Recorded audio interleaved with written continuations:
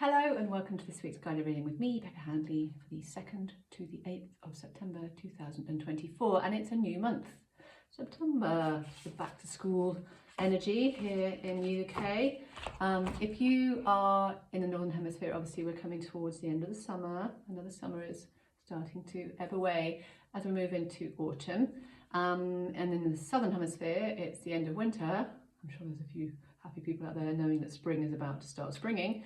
So it's this transitional time, and that can be quite a sensitive time for our energies. So it's easy to sort of burn out a bit. It's easy to pick up bugs and whatnot if we're not sort of resting a little bit through that time. So that energy, it's a shift. And whenever we have shifts, it's really important just to draw back a bit. We have a a new moon in Virgo on the 2nd of September. So yeah, Monday the 2nd of September. And this is a little opportunity just to pause, stop for a moment, come back to yourself, even if you get like 5 minutes just to do some mindful breathing or meditation. Just have a moment just to rest and ask yourself, what do you want? What do you want for this new season coming in? What qualities do you want to experience? What are you ready to let go of? What are you ready to call in? Could be anything to do with work, health, relationships, finances. So what's resonating for you on that? What are you ready to bring in? What can you let go of that's no longer serving you? We have Pluto entering Capricorn. That happened on the September the 1st, and that's through till mid-November. And this is very much about wrapping up the old. So things that no longer resonate for you, no longer work for you. It could, again, be anything from a relationship. It could be to do with a pattern in a relationship, so not letting go of the relationship completely, but something, an unhealthy pattern. It could be to do with work. What changes do you need to make in your work? What are you ready to bring in? What are you ready to let go of?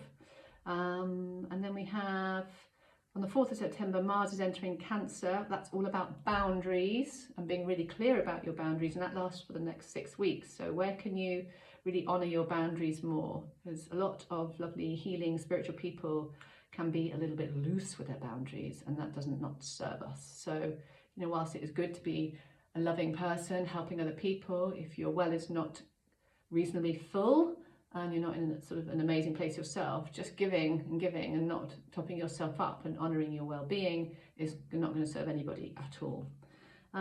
So we've just come out the end of Mercury retrograde, so it's slightly less intense energetically.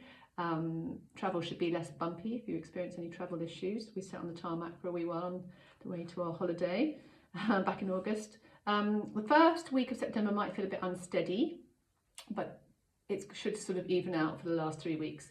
Some words for September that came through from an article I read were connection, celebration, sharing our enthusiasm, and I feel like I've written the word strange. Strange. Just be a bit strange, be a bit odd and quirky. Just be yourself. Do you know what I mean? Maybe that's what that's about.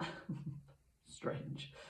What else to say? Yeah, so just taking a moment. Oh, we have Uranus is upside down. Upside down? Does that mean maybe that's retrograde? Yes, it's a retrograde. I've written upside down. Maybe that's my brain. So that can create surprises, unexpected surprises, changes that we did not foresee. If that happens, keep an open mind and just keep breathing, keep moving through the changes. Things are going to happen sometimes that we just did not see coming. You will cope. Breathe through, get the support you need. So yeah, that's something that can come a bit with that sort of Uranus retrograde energy. Anything else to say? How's the full moon for you? It was strong for me. I felt like I'd been through a spiritual washing machine, but I definitely felt better the other side, but it wasn't comfy. So yeah, that full moon was intense for you. Love and light. You made it. You're on the other side. I am using the Rebecca Campbell Work Your Light cards. They are beautiful little mini works of art, each one. Very high vibration. Just looking at them makes me feel quite expansive. Let's see what we have for the week ahead. So we've got a card for Monday, Tuesday, a card for Wednesday, Thursday, going into Friday, and one for the weekend. Let me see what comes out first of all. Pillar of light. Your vibration is rising. You are the oracle.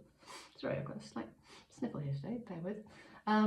So this card is really beautiful. It's kind of got this figure rising up out of the rocks. So if you feel like the last few weeks have been quite a lot, there is this sense of kind of coming out the other side. How gorgeous is that?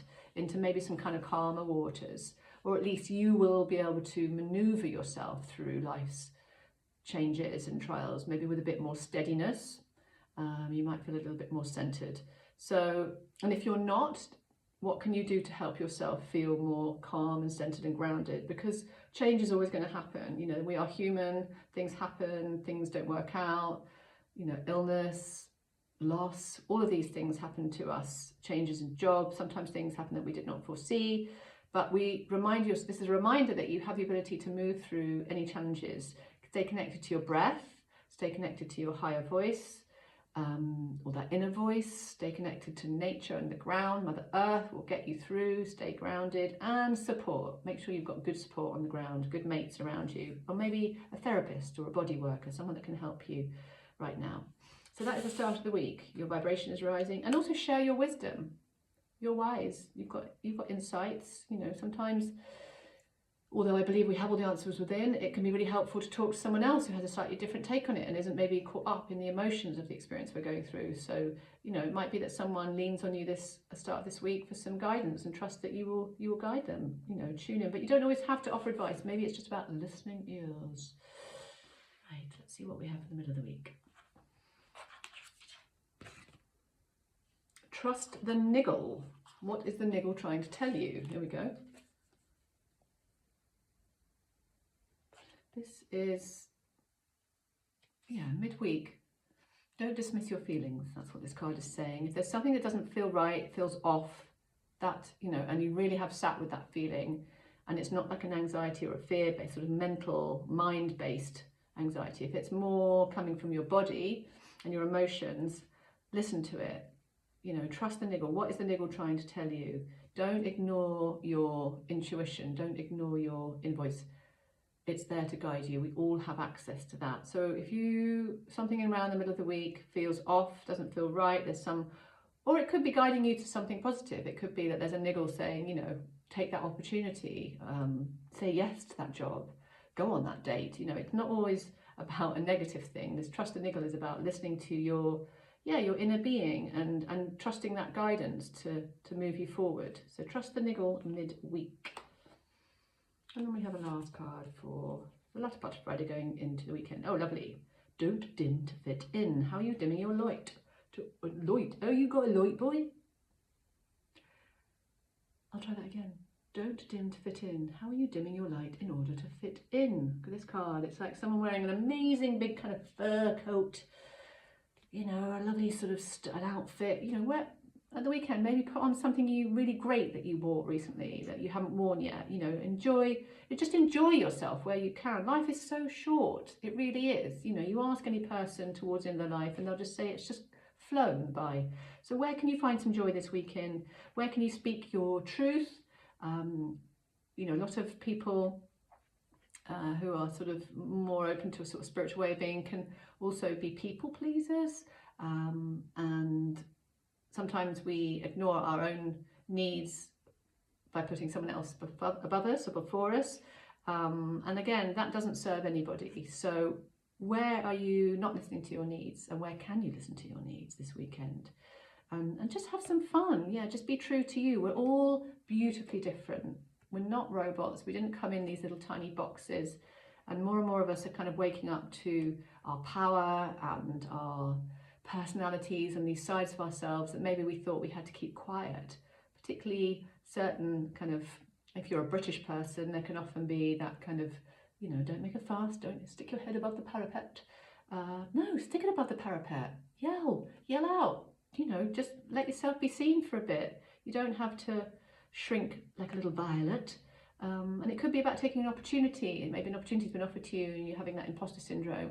But again, we've got to find where to access the guidance. The imposter syndrome is usually just our ego going, no, we're not ready for that. But you probably are ready for it. If someone's asking you to do something, chances are you are ready to do it. So take a leap of faith, have some fun, enjoy yourself, get in touch with your inner child, be joyful where you can, and the planet will also be grateful for that joy as well. Everything's a vibration. Your vibration has a positive effect on those around you when you're happy. So don't be afraid to be happy. There we are. That is the end of the reading for this week. Thank you for joining me. Take care. Oh, It was my wedding anniversary at the weekend. Oh look, I can almost touch the balloon and give it a little tickle. So that's what's overhead. Boing. I'll see you next week. Take care. Bye bye.